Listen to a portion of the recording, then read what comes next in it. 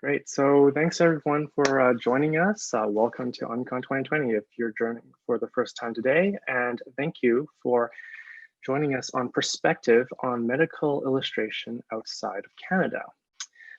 So I'm Jeff. I'm from the class of 1T0, and I'm going to be moderating today as well as tomorrow's panel session. And we do have an awesome lineup of panelists with a broad range of experiences. We have people working from locations all around the world, both as freelancers and working in different studios. So in no particular order, I know there's a bit of a logistical issue. So we have first Pina Kingman, she'll be joining us in a bit. But we also have Ryan Kissigner, who's from the class of 2010. He is an award-winning medical illustrator and animator, currently working for the National Institutes of Allergy and Infectious Diseases at Rocky Mountain Laboratories in Montana. And his work has appeared in numerous publications, media outlets, including Science, Nature, NPR, CNN, New York Times, and even in the Smithsonian Museum of Natural History. So please welcome Ryan. Thanks for joining us. Hey guys. Next up, we have Andrew Q Tran. He's from the graduating class of 2014. He is a digital product designer currently working at Facebook Pay, working on challenges of financial equity, access, and creating healthy behavioral changes. He has a unique blend of experiences in science, medicine, as well as design. He's graduated from UCLA and has worked in research for biotech and pharma. Today, Andrew generally builds products and experiences for a wide range of stakeholders in digital health with a core mission to help underserved populations. So thanks for joining us today, Andrew. Finally, last but not least, we have Erina He. She's from the class of 1T6 and is currently a medical illustrator at the National Institutes of Health, living in the DC metropolitan area. She previously worked as a research associate in a biotech company for a few years. So both Erina and Andrew are lending their perspectives, not only working in the States, but as Americans who came up to study in Canada before heading back down south. So welcome, Erina. Hello. Great. So just a quick reminder, if you're an attendee and you have any questions, you should start typing in those burning questions now into the Q&A window. But to kick it off, I'm going to start by asking each of you some short introductory questions. And the first one is going to be, how long have you been working in your current location? And what events led you to where you currently are? So maybe we'll start off with Ryan. Well, I think I'm working here about 6.5 years, and what events? I think it was just a perfect confluence of an opportunity that looked really, really great at the time, and then obviously my previous experience working in Texas allowed me to I guess have the qualifications that would deem me uniquely employable for this position. So there you go. And obviously my experience at BMC and all that. So great. How about you, Andrew?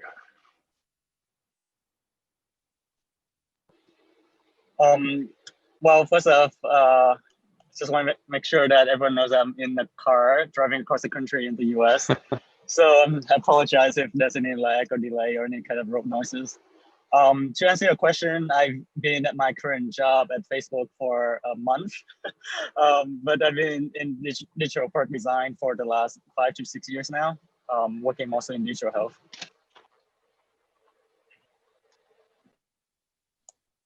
And how about you, Erina?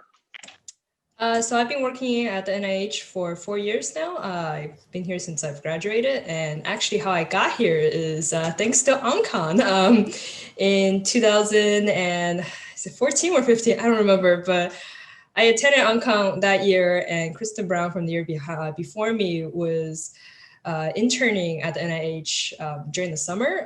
So I asked her how she got there, and I interned there for the summer of 2015.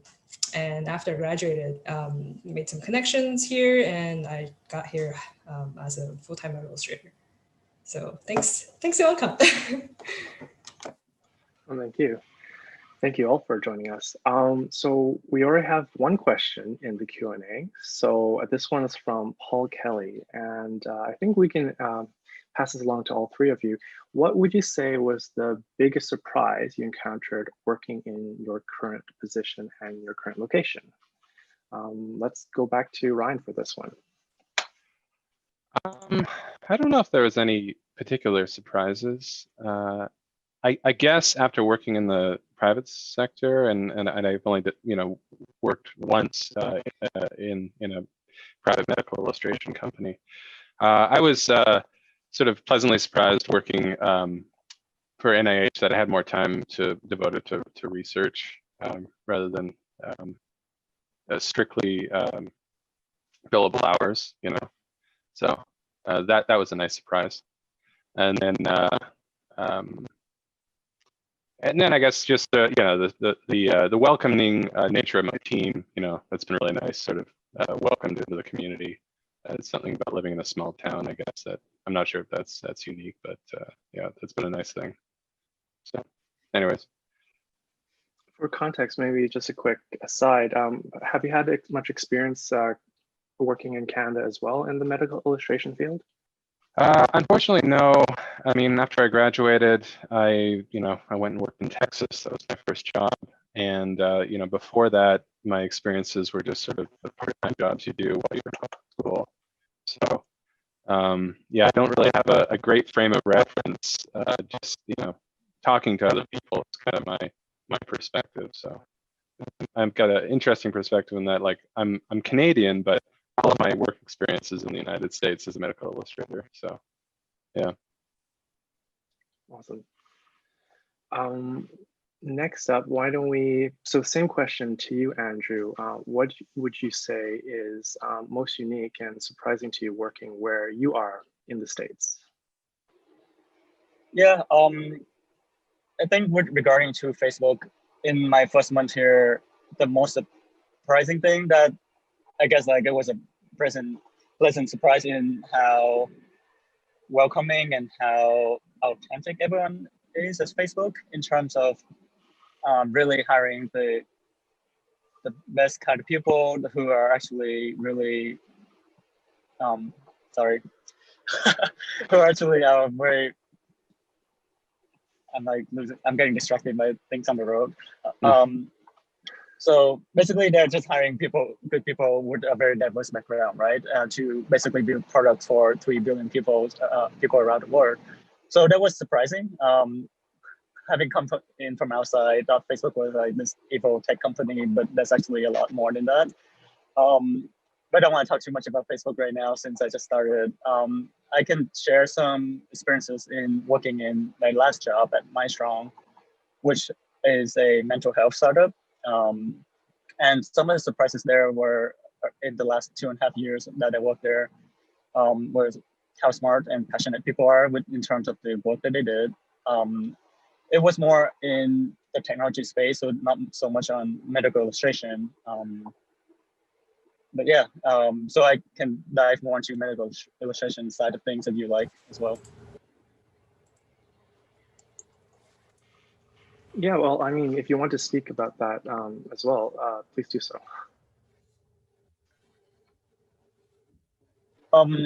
So in terms of medical illustration, I do have a side hustle of some sort, just running my own medical illustration studio, Candio Studio.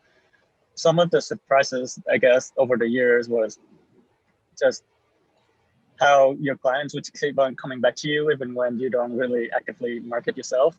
I still get clients here and there from word of mouth and without having without doing it full time, essentially. So I think that's a nice surprise there. Great. Thanks for that answer. How about you, Erina? What is most unique about working where you are currently? So I think what surprised me the most is how fast the science goes. So when I started working here, well, actually, when I started BMC in 2014, like CRISPR is still sort of a new technology. And, within the last 6 years, it's like the only thing they talk about over here. The science goes really fast. The COVID pandemic that's happening right now, like before there was even on the news, there were papers already being written on it, and people contacting us for illustrations on COVID related research.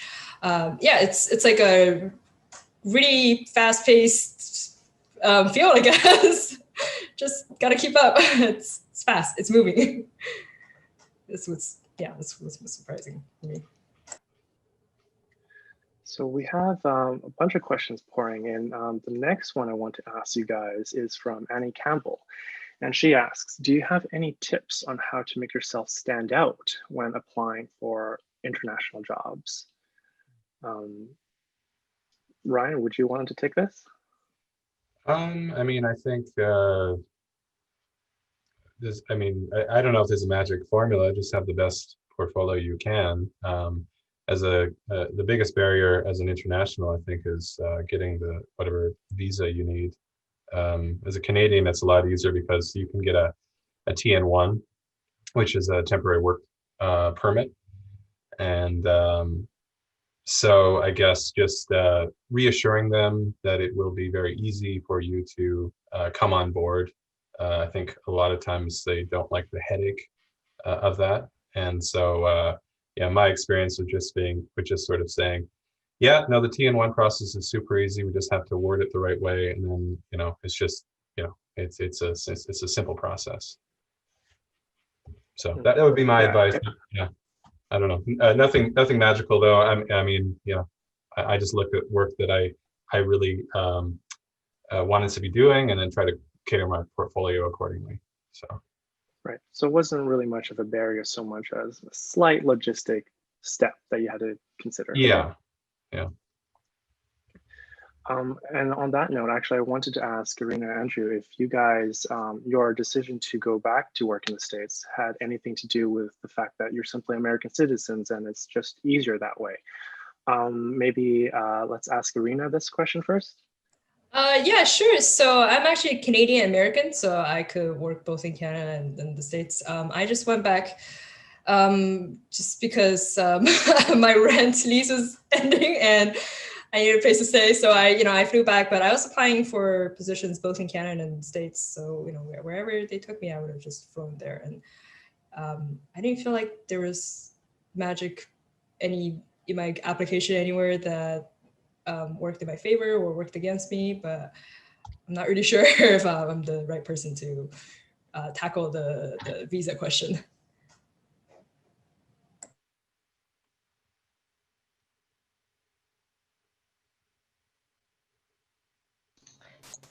How about you, Andrew? Yeah, I think when I left in 2014, it was more around moving back to my family in California. In addition to the fact that I guess Canada was really cold for me as well, for me to settle there permanently. And especially for Toronto, I think I felt like the space was a little bit tighter there, with more every year there's 16 graduates that's getting out into the industry. So I thought I would have a better chance as well, branching out, going back to the States, basically a bigger pond to swim around. So we have a question from Erina He. She asks, it's straightforward to ask other alumni about their experiences at many Toronto companies that hire BMC grads. But what would you say you look for as positives or red flags when you're approaching employers from abroad? Let's go back to Ryan for this one. I would avoid any employer that asks for rock stars. That's a big red flag for me. I don't know why. Maybe it's just my experience. Just I think you want to look for an employer that is serious and is looking for your analytical skills as a medical illustrator. And I think you can also just look on their, you could probably maybe reach out to people who have worked for them before. Glassdoor, I think, is a website that you can look at to see experiences people have had at an employer. Yeah, just so those are a few things, I guess. Great. Also, by the way, Erina and Andrew, I'm directing questions at specific individuals here, but if you have anything to add, please jump in. But I do just want to kind of cycle through as many attendee questions as I can. So unless you have anything to add, I'm going to jump to the next question. I can add some. I think for me, working with employers, it mostly were startup founders, and I think some of the red flags that you would look for, I think it applies for a healthcare company that's starting up and they need help with medical illustration, right? Or for me as a designer. So some of the red flags that you would look out for is just like a founder can be really passionate about their product and their ideas, and then they would try to convince you to buy into that, but try to make sure that you don't invest yourself so much in it without the right contract. Don't go beyond what you worked on or what you promised to work on just to help them out some more, because they're a startup company, they don't have a lot of funding. You thought you could be doing a favor, but sometimes it can come back to bite you as well in terms of the intellectual property that you put into the work, the copyrights and things like that. So these will be some red flags I would watch out for. Yeah, so just make sure that you have your contract reviewed by a lawyer, or making sure that all the terms are there. Lots of boxes to check. So this next question comes from Jenny Bai, and she asks, how do you continue to sharpen your professional skills after graduation? And how do you make use of your personal time? And do you think this is different depending on your type of work, I guess? Erina, do you want to answer this one? So in terms of sharpening your skills, I think just working where I work with how fast science is going, I'm constantly improving my skills to keep up with modern technology. Every couple of years or every year, the programs I use come up with these new updates. So you got to keep it up to really fit what you need to the project you're working on. So that's how I'm honing skills, just doing, keeping up as much as I can to work on my projects, essentially. In terms of free time, what do I do with my free time?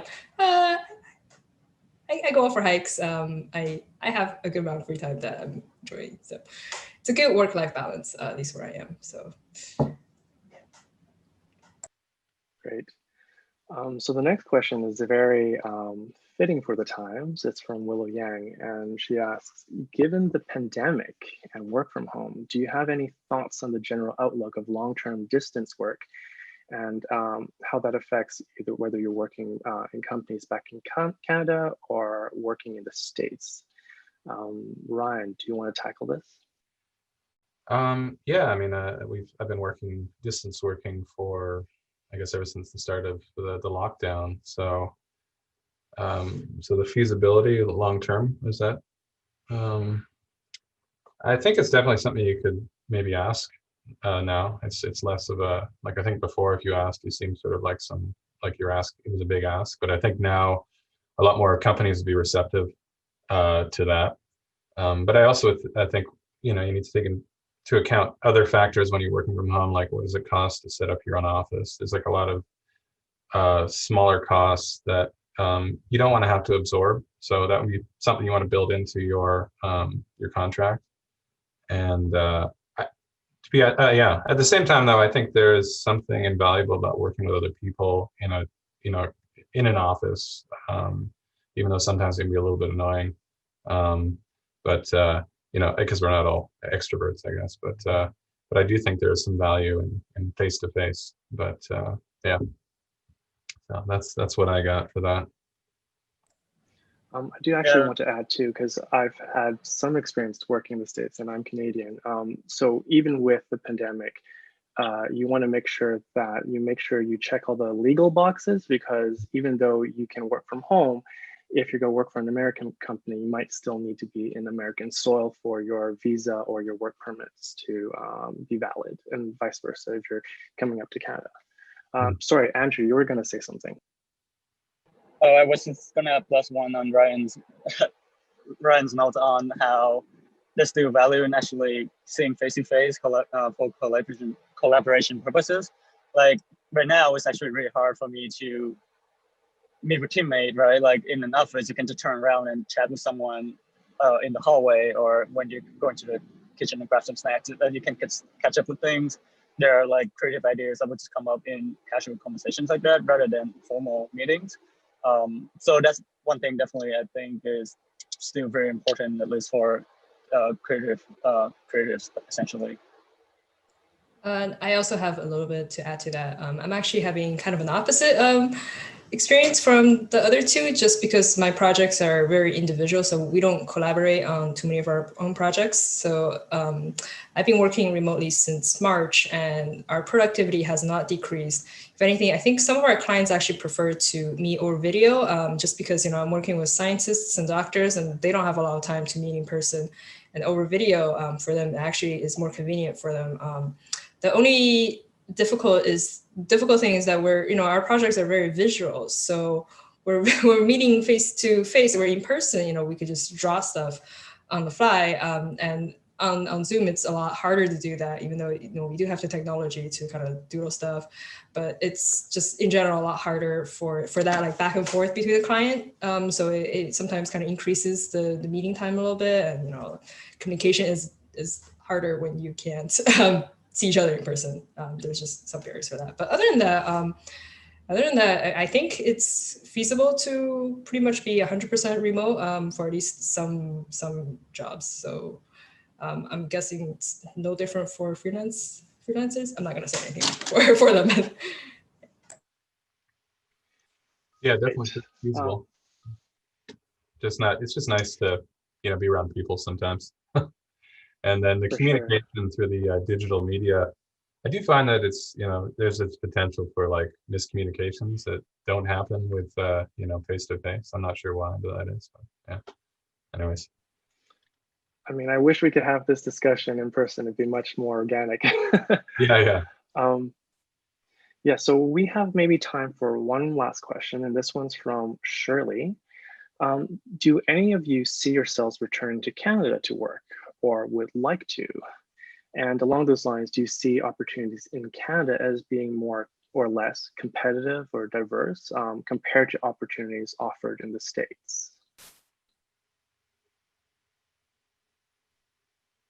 We answer? Sure, let's go with Ryan. Sorry. Yeah, I don't know. I'd like to get a green card, so I'd have the freedom to kind of go between each country. I have a great opportunity right now, so it's really hard to pass up the stability of where I'm currently working. But there are a lot of advantages living in Canada, I think. Number one of them is the medical system, especially as you get older. So, but in terms of opportunities, I think there's just going to be more in the States. I mean, especially the funding in healthcare there's a ton of funding in healthcare in the United States. The resources devoted to that, I think, just mean that there's going to be a lot more positions available.